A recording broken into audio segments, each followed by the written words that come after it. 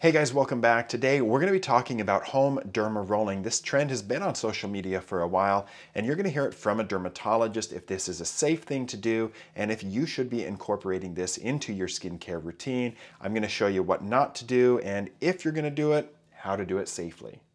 I'm Dr. Dustin, I'm a board certified dermatologist, and I've helped millions of people on social media to make better educated decisions about their health, both of their skin and of their body. If you want to learn more about how to keep yourself healthy, make sure you hit that subscribe button. So home dermarolling has been a thing for quite a while. You can buy these devices over the counter pretty inexpensively. You can get them online, have them shipped right to your house, but they're not without their problems and potential complications. The first time I saw these, the trends that were going around on social media just horrified me, and I was adamant that nobody should be doing this. And then I got to meet somebody named Liz Kennedy who kind of changed my mind that it can be done safely at home, and if you know what you're doing, it can be done with very little risk. I want to show you the example of a video that came up early on while I was on TikTok that really horrified me, and this essentially lays out most of the things you should not be doing if you're going to home dermaroll. Hey guys, so today I'm using this ordinary peeling solution with this Dermaroller. That's a pretty strong peeling solution. He's got the Dermaroller. And apparently it helps serum absorb, so let's go for it. Okay, so first I'm just going to roll my face. And apparently you're not supposed to make it bleed, so I won't do it as forcefully. We don't know if he washed his face Okay, so I've now beforehand. rolled and I do have a filter on, but my face is quite red. Okay, now I'm going to try the peeling solution. Horrible I think idea. It just says use it on your fingertips. So, like this. Oh. Oh, it's quite thick. Ah, shit, it burns. Yeah, it burns. Oh my gosh, this really, ow!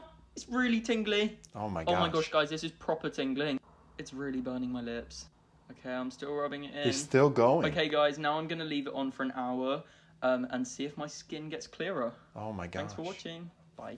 Okay, so this is from Kyle Thomas, and this is an example of what not to do with home dermarolling. First off, he took the AHA/BHA peeling solution from The Ordinary. That's like a 30% AHA and 2% BHA, which is going to be salicylic acid, and putting that on. This is the type of peeling solution. If you use it in your skincare routine, you should only be using it once a week, maybe twice a week if your skin is more oily.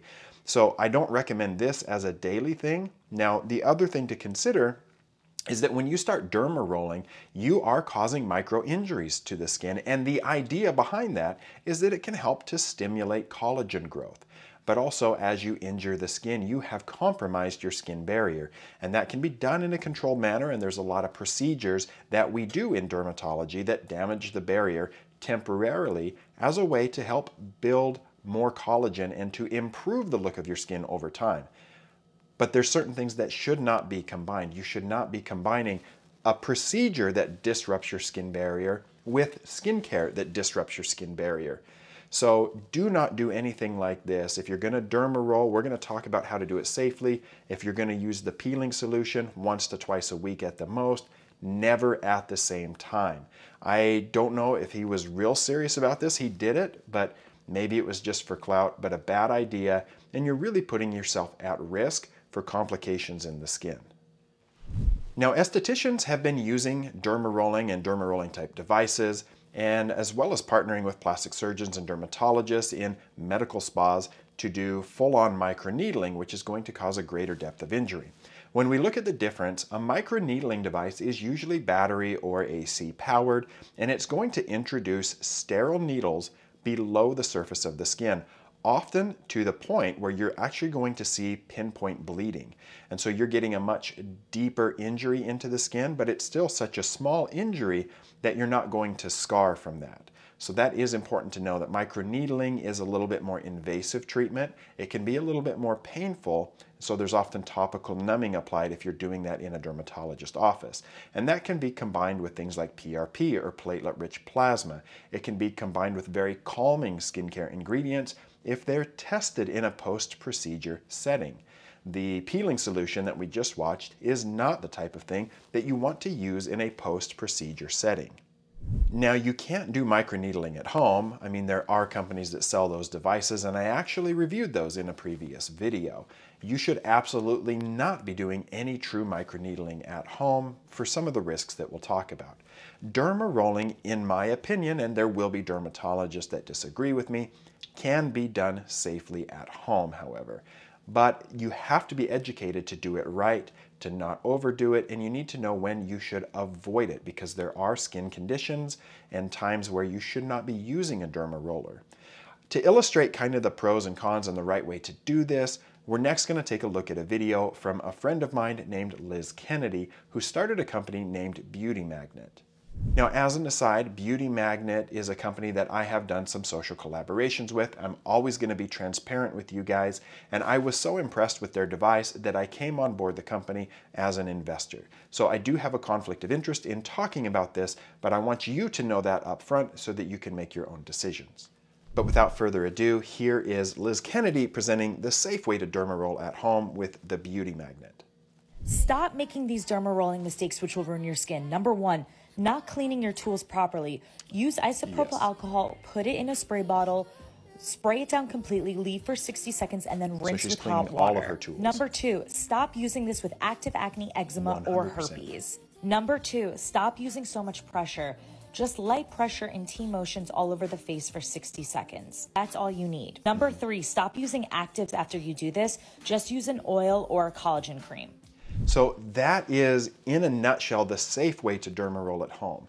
There is a couple things that I'll tell in addition to that I think you need to do. So one, she's got a clean tool. She washed her face before the treatment, and then she cleans the tool before and after with alcohol. Now, alcohol is an antiseptic. It's going to help remove bacteria, kill bacteria, but it is not truly sterilizing the product.